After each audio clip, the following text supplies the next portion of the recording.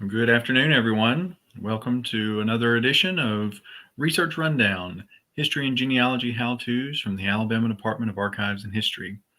My name is Scotty Kirkland. I'm the Archives Coordinator of Exhibits, Publications, and Programs. Before we get to today's speaker, just a few quick announcements. It's a busy month here at the Archives. This Saturday, February 10th, the Archives will host a Black History Month event entitled African Americans and the Arts. This family-friendly event will feature a museum scavenger hunt, crafts, book readings, and special presentations that share stories of Black Alabamians and their contributions to the arts throughout history. A small exhibit with items from the museum's archival and museum collections will be on view, along with a screening of recently digitized historical news footage from the Archives WSFA television collection. The festivities begin at 10 a.m. on Saturday at the Archives. Our regular Food for Thought schedule will continue on Thursday, February 15th at noon with Gorham Bird, a professor at Auburn University's College of Architecture, Design, and Construction, and one of the designers and researchers for the Archives' new temporary exhibit entitled History Lives On, Preserving Alabama's Rosenwald Schools. Professor Bird will discuss the university documentation project that made that exhibit possible. That program will be held at the Archives Farley Auditorium at noon on February 15th, and you can stream it right here live as well. Finally, on February 21st at noon, the Archives will host a book talk with Sharoni Green, an associate professor of history at the University of Alabama. She will be discussing her new book, The Chase and Ruin, which is about Alabama native Zora Neale Hurston's 1940s excursion to Honduras. This is an understudied phase of Hurston's later career, and you'll want to listen in for new information from Professor Green. That book talk will be held at the Archives and will be live streamed here as well. Now, today we welcome to Research Rundown. Welcome back to Research Rundown, Erica Eaves, a reference archivist at the Department of Archives and History. Erica's been with the department for 4 years now. Her topic today will be the records of the Freedmen's Bank and other resources of the Reconstruction era. Erica, welcome. Thank you. Again, my name is Erica Eaves, and I am one of the reference archivists in the research room. And today's presentation is on the Freedmen's Bank and other resources for African American research. Our main focus, though, will be on the Freedmen's Bank records. The Freedmen's Bank, also known as the Freedmen Savings and Trust Company, was chartered by Congress in 1865 for the benefit of Black Union soldiers and former slaves. Most branches made an excellent effort to collect as much information as possible in case of the death of a depositor. This in turn created a genealogical treasure trove for their descendants. A man named John W. Alvord led the charge with more than 20 philanthropists and leading businessmen to explore the idea of establishing a savings bank for African American soldiers. Alvord, who had been working with the soldiers, knew they needed a safe place to save their money. Some northern states had already started allotment systems that allowed Black and white soldiers to save portions of their pay deducted each month and sent to relatives or held by the military officials until they left the service. In 1864, General Rufus Saxton, General Benjamin Butler, and General Nathaniel Banks all established banking institutions in their own southern states. However, Alvord saw this was only temporary measures because he felt they needed a permanent national savings bank if African Americans were to be fully incorporated into the economic mainstream of American society. With congressional action, the Freedmen's Bank opened in New York on April 4, 1865, and within a few years, the bank had 19 branches and 23,000 depositors. Before its demise, there were 37 branches, over 100,000 depositors, and over $57 million in the bank. Most deposits to the bank were small, typically less than $60, since people could open an account with as little as 5 cents. But only accounts with $1 or more could earn interest. This later changes to $5 or more were able to earn interest. Unfortunately, By early 1874, the bank was on the verge of collapse due to the financial panic of 1873, caused by rapid growth in banking systems and bad loans that were being made and then transferred to the Freedmen's Bank. Contrary to what many thought, the Freedmen's Bank assets were not protected by the federal government. While nearly half of its depositors did receive some of their money back, many received nothing. These depositors included 67,000 African Americans and thousands of immigrants from places such as the British Isles, Scandinavia, and continental Europe.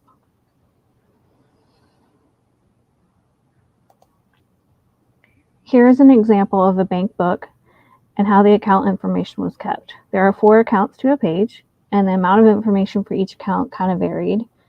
There wasn't always a signature, as you can see. And then on the top left hand of the second page, there's actually no information about the person listed. It's just their name and then the signature of someone else at the bottom. This indicates to me that the account was most likely opened on their behalf and not directly by the person whose the account was belonged to.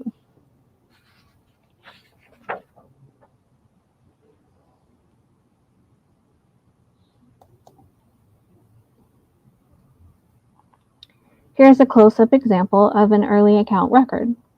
This record is for Harrison Dock and was created on March 28, 1866, in Huntsville, Alabama branch. From this record, we learn that Harrison's former master was Peter Dock and his former mistress was Mattie Dock. We see that he did not live on a plantation, and he is 5 feet 4 inches tall. His mother's name is Millie Pope, and he has 2 children named Henry and William. His place of birth is listed as Madison County, Alabama. His residence is listed as being at Miss Patterson's near Huntsville, where his occupation is farming. In the remarks section, like many others, he instructs that his money should be given to his wife and family, his wife's name being Nancy Dock. And then his own signature is at the bottom.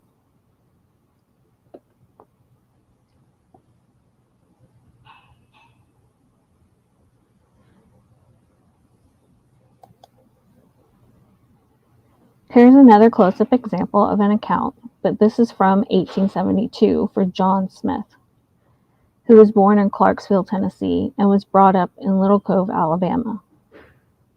His current residence being Huntsville, Alabama. He is 17 years old with a black complexion. He's a laborer that works for himself, has no wife or children. His parents are Richard and Emily, and his siblings are Andrew, George, and Sarah.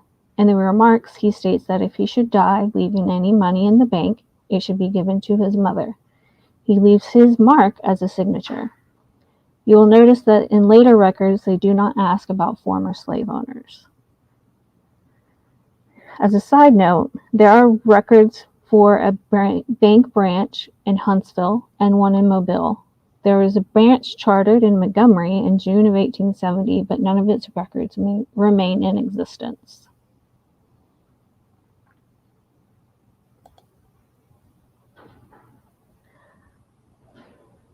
So how do we find these records?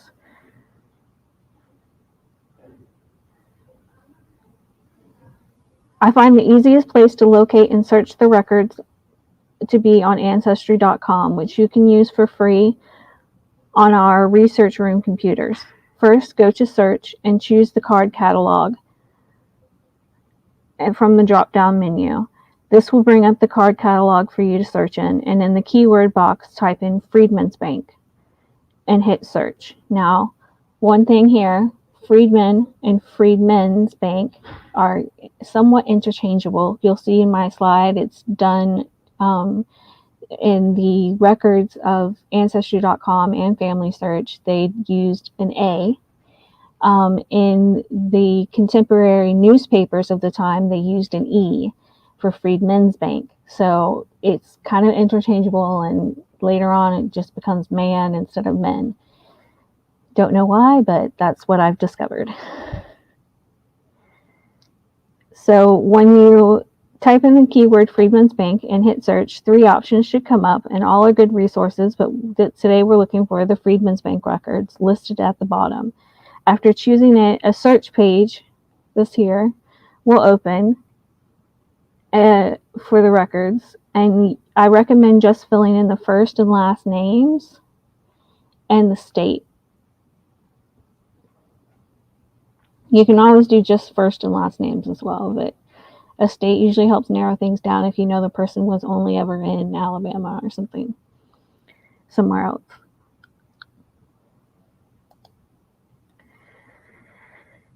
You can also find these records on FamilySearch.org and on our research room computers, or for free from your own computer. When you do it from home, you just have to have an account yourself. It's a free account. You just give them your email and make up a password, and you have your own account. So from here, click search on the records and choose records, and the search historical records page will pop up. Then at the bottom left-hand corner in the text box for the collection, type Freedmen, and the Freedmen's Bank records option should pop up. Click on it, and this collections page will open. And again, I suggest only filling out the names and the state for the best search results. You'll notice I used John Smith both times. That's how I found some of my records.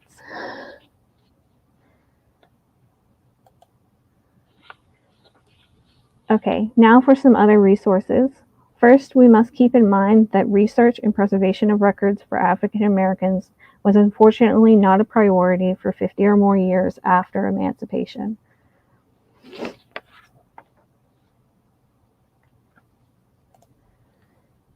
We have newspapers, and you're probably thinking, yeah, newspapers, we hear about those all the time. You know, what's the big deal? But they are a good source of information, and if you learn migration patterns, you can look for information in other states about your community in Alabama. For instance, the Dayton Forum out of Ohio frequently published happenings from Alabama. The Dayton Forum is an example of a Black-owned newspaper in that area, but don't discount the white-owned papers as well, as they began expanding their papers to include Black communities.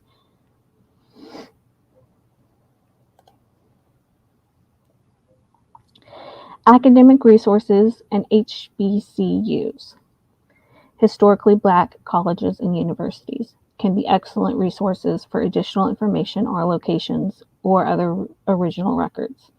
JSTOR offers access to millions of academic resources in form of journal articles and chapters in books. I myself recently read articles about African American churches in the South and the Great Migration of African Americans in the 20th century. If you access JSTOR for free, you can access JSTOR for free from our research room. These types of records can help give you a background and look at what life was like for your ancestors. It really is really helpful. I learned quite a lot just reading about African American churches in the South, and, you know, kind of how they migrated, and like what kind of churches were most popular and things like that. So it was great. And then the Great Migration for African Americans was also a really good topic to look at as well. You can find just about anything on JSTOR. Blackpast.org is an online encyclopedia for North American and global African American history. They've got like timelines and news articles and all kinds of information about different people and subjects throughout history. They use a plethora of academic, independent, and student historians to create their content. There are no restrictions to this website. It's just a free encyclopedia website, so you can access it from your home computer. HBCUs, or historically Black colleges and universities, are excellent locations to get that African American community focused research. For instance, Tuskegee University has archives and special collections departments with online resources that could be of use. just to get yourself to begin with. You can look through their collections online. On-site research is also usually very helpful. Like many academic libraries, they have access to journals and periodicals, theses, and dissertations on just about any kind of subject. And you can find a dissertation about a small community in the area, a thesis about a small community in the area, all kinds of stuff. In general, they also have general book stacks, and it all revolves around their institution's collection goals, which for them is usually the African American community. There's also the HBCU Library Alliance Digital Collections, which brings together collections from several HBCUs around the country. This could be very helpful, like if you can't get to an HBCU because it's too far away, too many states away, or you can always call them and stuff. But this is a way you can at least see what they have, what kind of digital assets and things they've put out there for their people, for their collections. And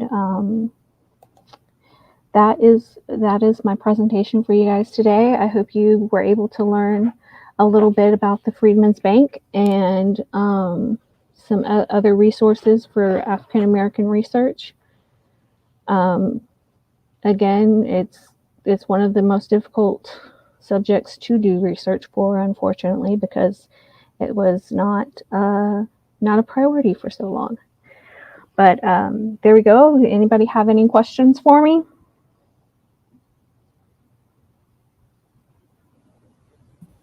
Well, thanks very much, Erica. Quick question for you, and then we'll go. We have one that we want to get to in the comment. If you do have a question about our program today, feel free to drop that in the chat, and we'll get to it. Erica, you said that there was a ranch in Huntsville. There's one in Mobile as well. Not the one in Montgomery didn't quite make it.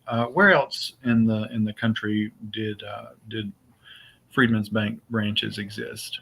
There were actually quite a few southern branches. They more than you would expect, I guess, but they focused on Freedmen.